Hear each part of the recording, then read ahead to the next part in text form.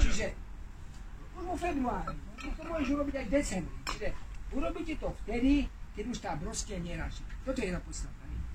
Ale teraz, v auguste, v septembri, raší. To znamená, že keď som teraz toto takto zrobil, tak tie listové púčiky, aj kvetné, ešte mi vytvoria nejaké prirastky do decembra, a výmlc.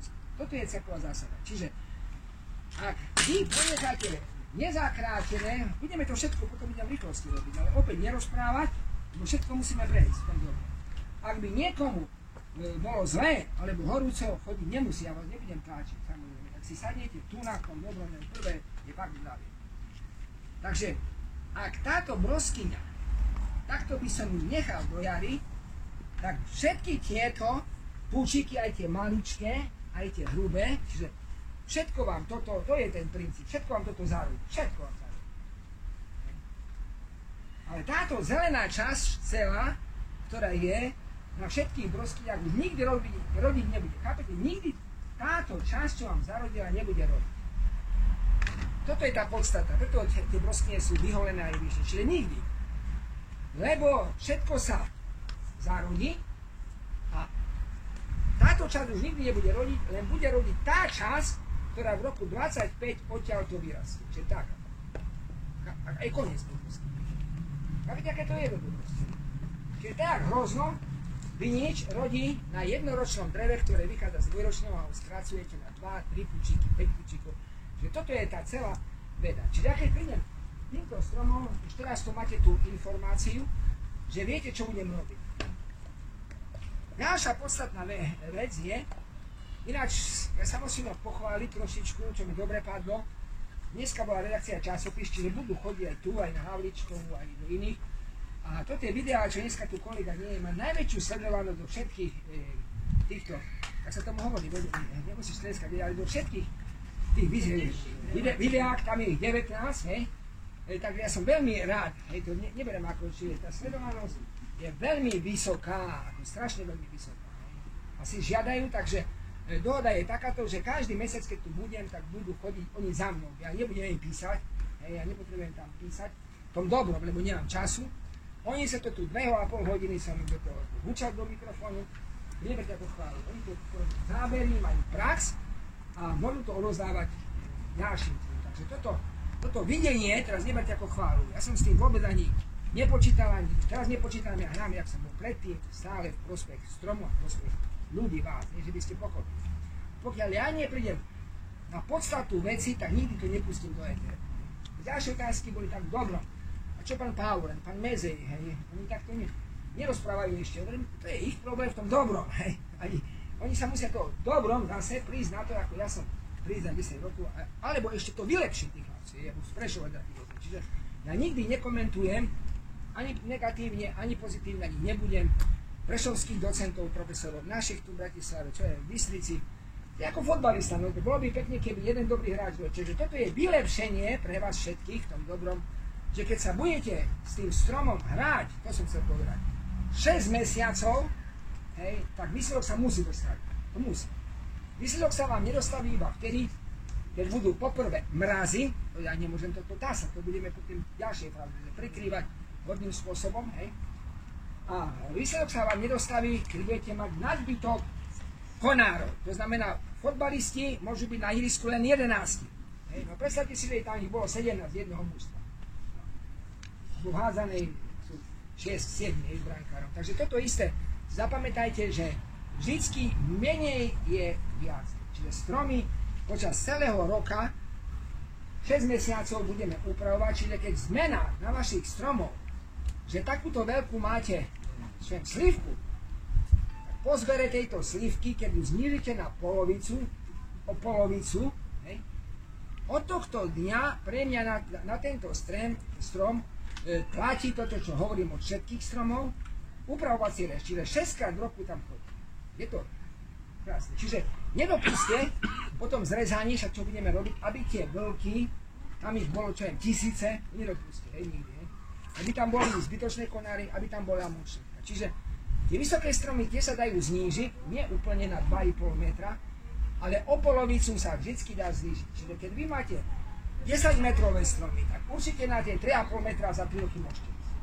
prvom roku 5 metre a obmedzíte počet tých konárov, ale teraz ako môžeme my aj obmedziť? To je druhá metóda. Staré záhrady majú 4-5 silných konárov. A idete poza, otočíte raz, dvakrát. Keď to máte pevne zafixované, že to, čo s vami sa nám, že sa mi vymysleť neuvoľní, vtedy si zoberiem ten vrúbel, priložím tak, aby sa mi krylíta, krásne sa kryjú, tepletia, to vy musíte veriť, tak, a otáčam sa, druhú stranu nepozerám, kontrolujem tu jednu stranu. Druhá strana, ktorá je, tá celkom nesedí, tam je, tu nevadí, ten však jeden. Ja som taký pedant, že keď by som mal tu hrubšie, tak vymením, lebo tu sú tieto, Čiže, a toto, čo dneska tu urobíme, tak vy o mesiac zistíte, či sa to prijalo, čiže idem až po ten vrch. Úplne ľahučká metóda. Naučiť sa ten šikmý rez, samozrejme bez kvalitného nožíka, bez chuti a hlavne tu musí byť neuveriteľný pokoj. Nesmiete myslieť na problémy v tom domu. No, a toto dávame do vrecka. Teraz, tu buď dám druhý, tým, že nemáme, a keď sú hrubšie, čo budeme robiť aj pri čerešni, tak to zrežem, kolmo, a na to, čiže to je zakôr, toto je spojkovaním, a teraz na to pekne si dám 5 až 6 cm zárez, odlúpem kôru pekne, vidím, že je tam jazva, pekne slnečko tu svieti, čiže tieto spôsoby sú vynikajúce aj na toto obdobie horúča. To som prekvapený, to nie je prvý rok. Zoberiem si ten tenký vrúbel, takto, čiže túto časť, aby ste to videli, tenšiu časť vrúbla. Čiže okolo takých 100 kusí denne, keď som prešiel, rozdelím tých 10 hodín až 12 na tvrdú robotu, a teraz urobím si ten zárez. A viem, že to každý individuum, to je fanatizmus z mojej strany, ale je normálne dačo. Čiže použijete len jeden púčik, tento je naproti, čiže tie listky dám preč, púčik tam ostane. A opäť tu si zapamätajte tú podstatu, aj s tým listovým púčikom iba jeden. A tuto strčím na tú kôru. Tam pri tej čeresni to lepšie vidíte. Tu je ten polmesiačik vidno.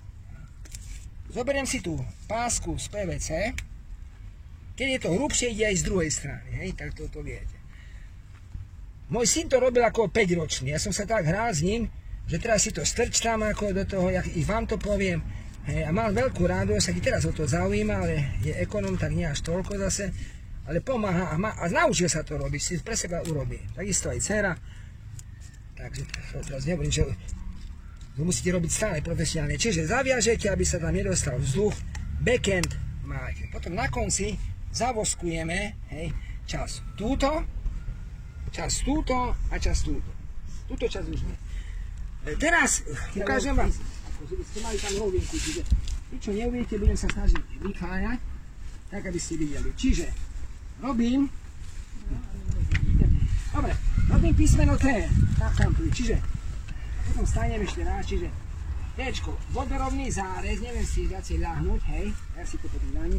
Čiže tvar písmena T, robím toto, s tým. Cez vrchu, čiže teraz kolmo, čím dlhšie, čiže nie také krátličké. A opäť ten štítok, toto je ešte ľahšie, jak vrúbľovanie. Ešte ľahšie, čiže aj s neftom, aj s nožíkom, pekne si to urobí. To Tčko, čiže ešte raz. Môžete nám ukázať to Tčko, aby sme to aj my to videli? Áno, život je krátky. Tak, no. Čiže